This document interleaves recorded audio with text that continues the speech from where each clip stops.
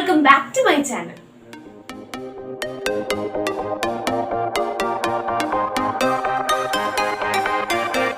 SSLC Chemistry, Gas Laws and Mole Concept എന്ന second ചാപ്റ്ററിന്റെ 6th പാർട്ടിലേക്കാണ് നമ്മൾ ഇന്ന് കടക്കാനായിട്ട് പോകുന്നത്.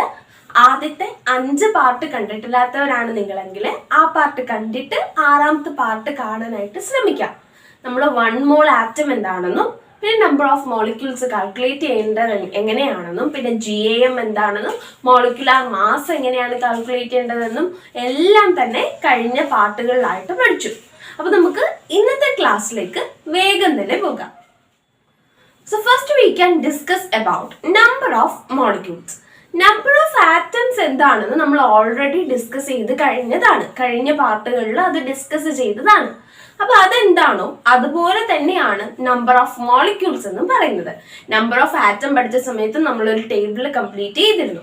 അതുപോലെ നമ്മുടെ ടെക്സ്റ്റ് ബുക്കിൽ നമ്പർ ഓഫ് മോളിക്യൂൾസിൻ്റെയും ഒരു ടേബിൾ കിടപ്പുണ്ട്. നമുക്ക് അതൊന്ന് കംപ്ലീറ്റ് ചെയ്യാം. എല്ലാവരും ടെക്സ്റ്റ് ബുക്കിൽ പേജ് നമ്പർ 42 എടുക്കാം.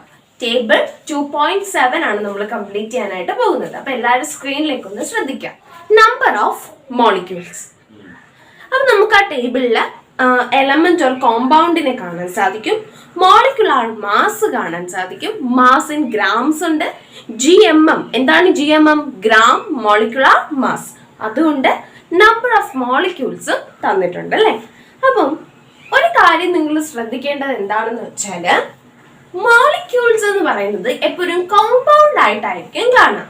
അതായത് നമ്മൾ ആറ്റമിന്റെ നമ്പർ കാൽക്കുലേറ്റ് ചെയ്യാൻ പഠിച്ച സമയത്ത് നമ്മൾ പഠിച്ചു H is equal to 1 gram ആണെന്ന് പഠിച്ചു അല്ലേ. H is equal to 1 gram എന്ന് നമ്മൾ പഠിച്ചു. അതുപോലെ N is equal to 14 gram എന്ന് നമ്മൾ പഠിച്ചു അല്ലേ. പക്ഷേ ഈ മോളിക്യൂൾസ് പഠിക്കുന്ന സമയത്ത് ഇങ്ങനെ ഒരെണ്ണമായിട്ട് ഒരു എലമെന്റ് ആയിട്ട് നമ്മൾ എഴുതില്ല. അതിനെപ്പോഴും കോമ്പൗണ്ട് സ്റ്റേറ്റിലായിരിക്കും എഴുതുക. അതായത് ഇവിടെ H ആണെങ്കിൽ നമ്മൾ മോളിക്യൂൾസ് എഴുതുമ്പോൾ അത് H2 ആയിരിക്കും. N ആണെങ്കിൽ അത് N2 ആയിരിക്കും. O ആണെങ്കിൽ അത് O2 ആയിരിക്കും. ഇങ്ങനെ നമ്മൾ മോളിക്യൂൾസിൽ എഴുതുമ്പം എഴുതുകയുള്ളൂ. അപ്പൊ നിങ്ങൾക്ക് ആ ടേബിൾ കാണുമ്പോൾ തന്നെ മനസ്സിലാവും അവിടെ എലമെന്റ്സിനെ കോമ്പൗണ്ട് സ്റ്റേറ്റിലാണ് എഴുതിയിരിക്കുന്നത്. H2, N2, O2 അങ്ങനെയാണ് എഴുതിയിരിക്കുന്നത് അല്ലേ. അപ്പൊ നമുക്ക് ആ ടേബിൾ ഒന്ന് കംപ്ലീറ്റ് ചെയ്യാം. അപ്പോൾ ഹൈഡ്രജൻ ആണ് ആദ്യമായിട്ട് ടേബിളിൽ തന്നിരിക്കുന്നത് അല്ലേ. H2 ആണ് തന്നിരിക്കുന്നത്. അപ്പോൾ what is it molecular mass? Yes, molecular mass എങ്ങനെയാണ് കാൽക്കുലേറ്റ് ചെയ്യേണ്ടതെന്ന് നമ്മൾ കഴിഞ്ഞ പാർട്ടിൽ പഠിച്ചായിരുന്നു അല്ലേ. അപ്പൊ എങ്ങനെയാണ് മോളിക്കുലാർ മാസ് കാൽക്കുലേറ്റ് ചെയ്യുന്നത്? ഇവിടെ ഹൈഡ്രജന്റെ അറ്റോമിക് മാസ് എന്ന് പറയുന്നത് 1 ആണ്. അപ്പൊ ഇവിടെ നമ്മൾ എന്ത് ചെയ്യും? 1 + 1 2 എന്ന് കിട്ടും. നമ്മുടെ ആ ടേബിളിൽ കിടപ്പുണ്ട് ഹൈഡ്രജന്റെ മോളിക്കുലാർ മാസ് 2 ആണ്. Then mass in gram. Mass in gram. ഗ്രാമിലുള്ള മാസ് എന്ന് പറയുന്നത് 2 gram ആണ്. നമ്മൾ പഠിച്ച പോലെ തന്നെ നമ്മൾ എന്തിനകത്തായിരുന്നു പഠിച്ചത്? നമ്പർ ഓഫ് ആറ്റംസ് കാൽക്കുലേറ്റ് ചെയ്യേണ്ട സമയത്ത് നമ്മൾ പഠിച്ചിരുന്നു അല്ലേ. നമ്മളുടെ അറ്റോമിക് മാസിന് ഈക്വൽ ആയിരിക്കും എപ്പോഴും മാസ് ഇൻ ഗ്രാം എന്ന് പറയുന്നത്. അതുപോലെ തന്നെ ഇവിടെ എന്താണ്? മോളിക്കുലാർ മാസിന് ഈക്വൽ ആണ് മാസ് ഇൻ ഗ്രാം എന്ന് പറയുന്നത്. അപ്പൊ അതും 2 ആണ്. അപ്പം ഹൈഡ്രജൻ കോമ്പൗണ്ട് സ്റ്റേറ്റിൽ H2 എന്നാണ് എഴുതിയിരിക്കുന്നത്. അത് ഈ H2 എന്ന് പറയുന്നത് 1 GMM ആണ്. H3 അല്ല, H2 എന്ന് പറയുന്നത് 1 GMM ആണ്. അപ്പം അതിന്റെ നമ്പർ ഓഫ് മോളിക്യൂൾസ് എന്താണ്? നമ്പർ ഓഫ് ആറ്റംസ് കണ്ട പോലെ തന്നെ 6.022 × 10⁻23 H2 മോളിക്യൂൾസ് ആണ്. ഹൈഡ്രജൻ ആറ്റംസ് എന്ന് നേരത്തെ എഴുതേണ്ട സ്ഥാനത്ത് H2 മോളിക്യൂൾസ് എന്നാണ് എഴുതിയിരിക്കുന്നത്. അത് മോളിക്യൂൾ ആയതുകൊണ്ടാണ് അവിടെ H2 എന്ന സ്റ്റേറ്റ് വന്നത്. മനസ്സിലായെന്ന് ഞാൻ പ്രതീക്ഷിക്കുന്നു. അതുപോലെ തന്നെ ഓക്സിജൻ O2 ആണ്. അപ്പൊ അതിന്റെ മോളിക്കുലാർ മാസ് എന്ന് പറയുന്നത് 16 + 16 32 ആണ്. മോളിക്കുലാർ മാസിന് ഈക്വൽ ആണ് മാസ് ഇൻ ഗ്രാം എന്ന് പറയുന്നത്. അപ്പം ഇതും എന്താണ്? നിങ്ങൾ നോക്കാം, നമ്മുടെ അറ്റോമിക് മാസ് 16 ആണല്ലേ. ഓക്സിജന്റെ അറ്റോമിക് മാസ് എന്ന് പറയുന്നത് 16 ആണ്. അത് വെച്ച് നോക്കുമ്പോൾ തന്നെ അറിയാം 16 + 16 32. അപ്പം 2 എണ്ണം കൂട്ടിയിരിക്കുകയാണ്. അപ്പൊ അതെന്താണ്? മോളിക്യൂൾ ആണ്. അതുകൊണ്ട് തന്നെ അത് 1 GMM ആണ്. അതിന്റെ നമ്പർ ഓഫ് മോളിക്യൂൾസ് എന്താണ്? 6.022 × 10⁻23 O2 മോളിക്യൂൾസ്. അടുത്ത നൈട്രജൻ ആണ്, N2. നൈട്രജന്റെ അറ്റോമിക് മാസ് 14 ആണ്. അപ്പൊ മോളിക്കുലർ മാസ് എന്ത് വരും? 14 + 14 28 എന്ന് വരും. 28 ഈക്വൽ ആയിരിക്കും മാസ് ഇൻ ഗ്രാം എന്ന് പറയുന്നത്. അപ്പൊ അതും 28 ആണ്. പിന്നെ GMM എന്ന് പറയുന്നത് 1 GMM ആണ്. അതിന്റെ നമ്പർ ഓഫ് മോളിക്യൂൾസും 6.022 × 10⁻23 N2 മോളിക്യൂൾസ് ആയിരിക്കും. ഇനി വാട്ടർ ആണ്, H2O ആണ് തന്നിരിക്കുന്നത്. അപ്പൊ എന്ത് ചെയ്യാം? ഹൈഡ്രജന്റെ 1 + 1 കൂട്ടാം, 2 എന്ന് കിട്ടും. പ്ലസ് ഓക്സിജന്റെ 16 കൂട്ടാം. അപ്പൊ നമ്മൾ നേരത്തെ മോളിക്കുലർ ഫോർമുല കണ്ടുപിടിച്ച പോലെ തന്നെ മോളിക്കുലർ മാസ് കണ്ടുപിടിക്കുക 18 ആണ്. അതിന്റെ മാസ് ഇൻ ഗ്രാം എന്ന് പറയുന്നത് 18 തന്നെ ആയിരിക്കും. 1 GMM ആണ്. 6.022 × 10⁻23 H2O മോളിക്യൂൾസ് ആണ്. അതുപോലെ തന്നെയാണ് അമോണിയത്തിന്റെ കാര്യവും. അമോണിയത്തിന്റെ നൈട്രജന്റെ 14 പ്ലസ് 3 × 1. നമ്മൾ ഇന്നലെ കഴിഞ്ഞ ക്ലാസ്സിൽ മോളിക്കുലർ മാസ് കണ്ടുപിടിച്ചില്ല. അങ്ങനെ കണ്ടുപിടിക്കുമ്പോൾ 17 എന്ന ആൻസർ കിട്ടും. അപ്പം അതിന്റെ മോളിക്കുലർ മാസ് എന്ന് പറയുന്നത് മാസ് ഇൻ ഗ്രാമിന് ഈക്വൽ ആണ്. അത് 17 ഗ്രാം ആണ്. ദെൻ GMM എന്ന് പറയുന്നത് 1 GMM ആണ്. 1 GMM ആണെന്ന് എങ്ങനെയാണ് GMM കാൽക്കുലേറ്റ് ചെയ്യേണ്ടത് നമ്മൾ താഴോട്ട് വരുമ്പോൾ പഠിക്കും കേട്ടോ. അപ്പൊ നിങ്ങൾക്ക് കുറച്ചുകൂടി നന്നായിട്ട് മനസ്സിലാവും. അതുപോലെ നമ്പർ ഓഫ് മോളിക്യൂൾസ് എന്താണ്? 6.022 × 10⁻23 NH3 മോളിക്യൂൾസ് ആയിരിക്കും. ഇനി അത് ബേസ് ചെയ്ത് കംപ്ലീറ്റ് ചെയ്യാൻ കുറെ ക്വസ്റ്റ്യൻസ് കിടപ്പുണ്ട്. നിങ്ങൾക്ക് ആ ടേബിൾ നോക്കി അത് കംപ്ലീറ്റ് ചെയ്യാവുന്നതേ ഉള്ളൂ. നമ്മൾ ആ ടേബിൾ എഴുതിയത് തന്നെ താഴോട്ട് എടുത്തെഴുതാം. അപ്പം എന്താണ് ഗ്രാം മോളിക്കുലർ മാസ് അഥവാ GMM എന്ന് നിങ്ങൾക്ക് മനസ്സിലാക്കണം. എന്താണ്? The amount of a substance in grams equal to its molecular mass is known as gram molecular mass. എന്താണ് ഗ്രാം മോളിക്കുലർ മാസ് എന്ന് പറയുന്നത്? The amount of a substance in gram, ഗ്രാമിനുള്ള ഒരു സബ്സ്റ്റൻസിന്റെ എമൗണ്ട് എന്ന് പറയുന്നത് അതിന്റെ മോളിക്കുലാർ മാസിന് ഈക്വൽ ആണെങ്കിൽ അതിനെയാണ് നാം ഗ്രാം മോളിക്കുലാർ മാസ് എന്ന് പറയുന്നത്. നമ്മൾ എന്താണ് GAM ഗ്രാം അറ്റോമിക് മാസ് പഠിച്ചത്? ഗ്രാമിലുള്ള ഒരു സബ്സ്റ്റൻസ് അതിന്റെ അറ്റോമിക് മാസിന് ഈക്വൽ ആണെങ്കിലാണ് അത് GAM ഗ്രാം അറ്റോമിക് മാസ് ആയിട്ട് മാറുന്നത്. ഗ്രാമിലുള്ള ഒരു സബ്സ്റ്റൻസ് അതിന്റെ മോളിക്കുലാർ മാസിന് ഈക്വൽ ആണെങ്കിൽ അത് ഗ്രാം മോളിക്കുലാർ മാസ് ആയിരിക്കും. 1 gram molecular mass of any substance contains Avogadro number of molecules. അതുപോലെ തന്നെ നമ്മൾ നേരത്തെ ടേബിൾ കംപ്ലീറ്റ് ചെയ്ത പോലെ തന്നെ 1 gram molecule 1 GMM gram molecular mass.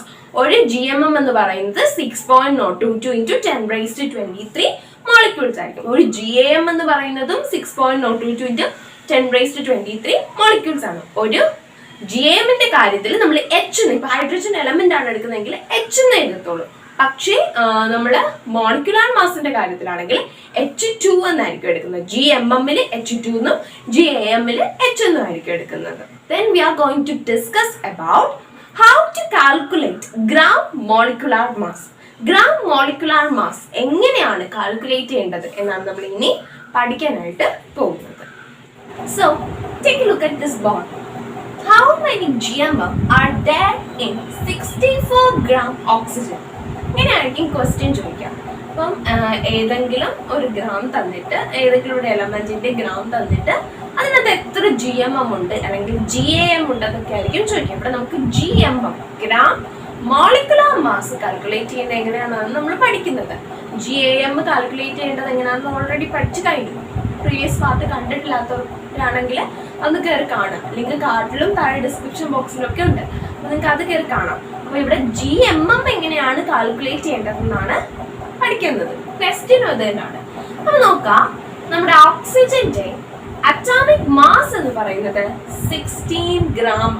നമ്മൾ പഠിച്ചതാണ്, ഒരുപാട് വട്ടം ഇപ്പൊ പറഞ്ഞു പഠിച്ചു. അപ്പം എന്റെ ക്ലാസ് മാത്രം കണ്ട് കഴിഞ്ഞാൽ നിങ്ങൾ അതിന്റെ അറ്റോമിക് മാസ് പഠിക്കും. ഒരുപാട് വട്ടം ഓരോ ക്ലാസ്സിലും ഞാൻ പറഞ്ഞിട്ടുണ്ട്. അപ്പം ഇവിടെ ഓക്സിജന്റെ അറ്റോമിക് മാസ് എന്ന് പറയുന്നത് 16 ഗ്രാം ആണ്, നമുക്കറിയാവുന്ന കാര്യമാണ്. അപ്പം അതിന്റെ മോളിക്കുലർ മാസ് കാൽക്കുലേറ്റ് ചെയ്യുന്നത് എങ്ങനെയാണ്? അപ്പം 16 + 16 ചെയ്ത് 32 ഗ്രാം എന്ന് കിട്ടും. മോളിക്കുലർ മാസ് കാൽക്കുലേറ്റ് ചെയ്യാൻ നമുക്കറിയാം, 2 ആറ്റം ഉണ്ട്. അതുകൊണ്ട് ആ 16 2 ആഡ് ചെയ്ത് 32 ഗ്രാം എന്ന് കിട്ടി. ഇനിയാണ് നമ്മുടെ പ്രധാന ഘടകം, എന്താണ്? Gram molecular mass. Gram molecular mass എങ്ങനെയാണ് കാൽക്കുലേറ്റ് ചെയ്യുന്നത്? പോട്ടെ, GAM ഗ്രാം അറ്റോമിക് മാസ് എങ്ങനെ കാൽക്കുലേറ്റ് ചെയ്യാമെന്നായിരുന്നു നമ്മൾ പഠിച്ചത്. given mass in gram by its atomic mass. എത്ര ഗ്രാം ആണോ തന്നിരിക്കുന്നത് അതിന് നമ്മുടെ അറ്റോമിക് മാസ് കൊണ്ട് ഡിവൈഡ് ചെയ്യായിരുന്നു ചെയ്യുന്നത് അല്ലെ. അതുപോലെ തന്നെയാണ് ഇവിടെ ഗിവൺ മാസിനെ മോളിക്കുലാർ മാസ്, അറ്റോമിക് മാസിന് പകരം മോളിക്കുലാർ മാസ് കൊണ്ട് ഡിവൈഡ് ചെയ്യാനേ ഉള്ളൂ.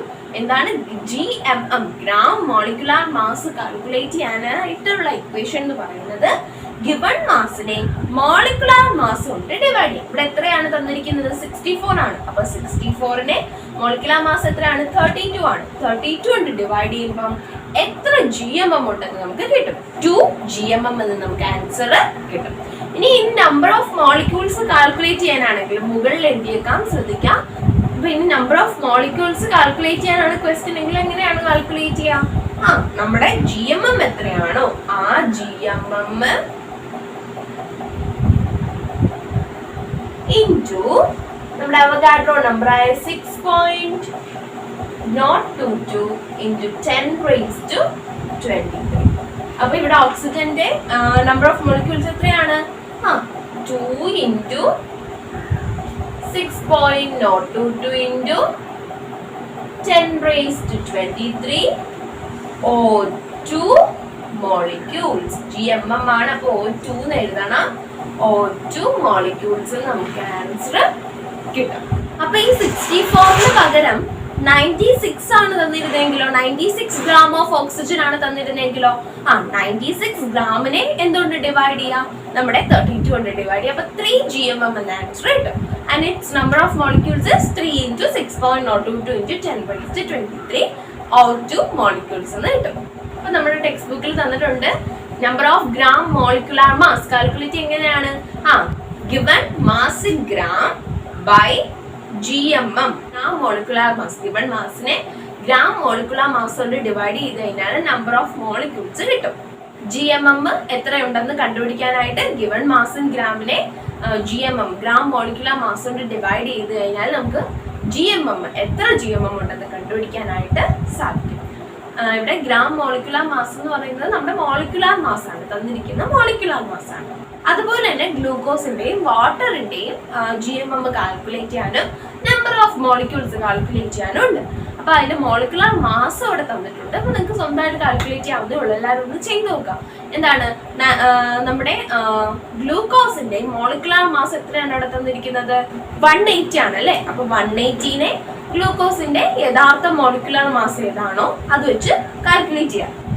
അപ്പം അത് കാൽക്കുലേറ്റ് ചെയ്തിട്ടുള്ള ഫിഗർ ഞാൻ സ്ക്രീനിൽ മെൻഷൻ ചെയ്യാം. നിങ്ങൾക്ക് ഇത് നോക്കി നിങ്ങൾ ചെയ്തിട്ട് അത് ശരിയാണോ എന്ന് നോക്കാവുന്നതാണ്.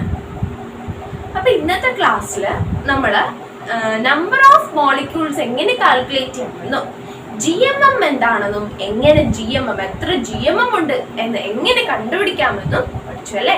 അപ്പൊ ഇന്നത്തെ ക്ലാസ്സിൽ നമ്മൾ മോളിക്കുലാർ മാസ് നന്നായിട്ട് പഠിച്ചിട്ടുണ്ട്. അപ്പൊ എല്ലാവർക്കും മനസ്സിലായെന്ന് ഞാൻ പ്രതീക്ഷിക്കുന്നു. എങ്ങനെയാണ് GMM, gram molecular mass calculate ചെയ്യുന്നതെന്നും എങ്ങനെയാണ് number of molecules gram molecular മാസിൽ കാൽക്കുലേറ്റ് ചെയ്യേണ്ടതെന്നും ഒക്കെ നമുക്ക് മനസ്സിലായി. അപ്പം നേരത്തെ ക്ലാസ് കണ്ടിട്ട് ഈ ക്ലാസ് കാണാനായിട്ട് ശ്രമിക്കുക, എങ്കിലേ മനസ്സിലാവുകയുള്ളൂ. ഗ്രാം മോളിക്കുലാർ മാസ് എന്താണെന്ന് കഴിഞ്ഞ ക്ലാസ്സിൽ ഒന്നുകൂടി നന്നായിട്ട് തുടങ്ങി വെച്ചിരുന്നു. അപ്പൊ അതിന്റെ ബാക്കി പാട്ടാണ് നമ്മൾ ഇന്ന് പഠിച്ചത്. അപ്പൊ ഇനി കുറച്ചും കൂടെ ഈ ചാപ്റ്റർ ഉള്ളൂ. അപ്പൊ ഇന്നത്തെ ക്ലാസ് നമുക്ക് ഇവിടെ അവസാനിപ്പിക്കാം. ഇനിയും പഠിപ്പിക്കുകയാണെങ്കിൽ വീഡിയോയുടെ ലെങ്ത് കൂട്ടിപ്പോവും.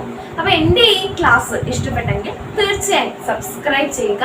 അതിൻ്റെ അടുത്തുള്ള കുഞ്ഞു ബെല്ലൈക്കൺ കൂടി ഒന്ന് എനേബിൾ ചെയ്തേക്കുക. ബെല്ലൈക്കൺ എനേബിൾ ചെയ്യുന്ന സമയത്ത് 3 ഓപ്ഷൻ വരും.